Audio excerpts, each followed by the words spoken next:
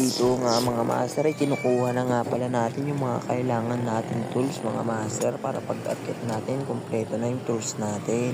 Kinuha na nga pala natin dyan yung katala, ratchet at skinning knife mga master. Kasi aakyat na nga pala tayo sa poste mga master.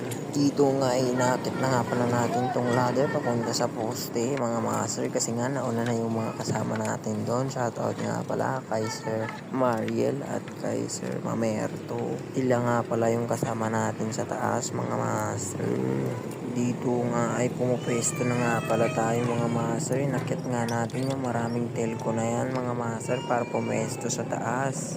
Kasi nga yung dalawang kasama natin ay nakapwesto na mga master. Dito nga mga master, ini-install na nga namin yung grounding cluster mga master. Napakahalaga nga pala ng grounding cluster mga master. Mas lalo na pag primary line yung gagalawin mo or tatrabahuin mo mga master. Kasi nga maraming pwedeng mag-return dyan sa primary natin mga master. Kagaya ng generator or solar mga master. Dito nga mga master, bawat pase may cluster nga pala mga master.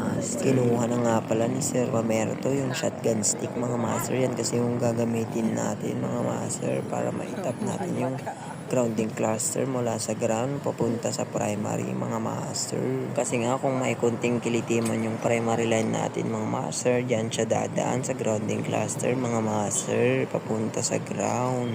Diyan siya madi-discharge mga master para safe tayong gumalaw sa primary line. Kinakasa na nga pala ni Sir Mamerto yung shotgun stick dito mga master para maikawit natin yung hotline clamp sa shotgun stick. After nga naikasa ni Sir Mamerto yung shotgun stick, pinasa niya na nga kay Sir Mariel mga master. Dito nga mga master, nakuha na nga ni Sir Mariel yung shotgun stick.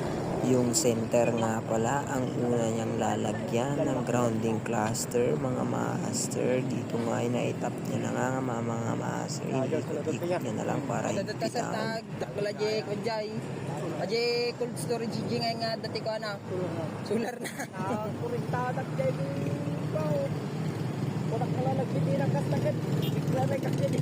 Bakit ka nakabinta ka?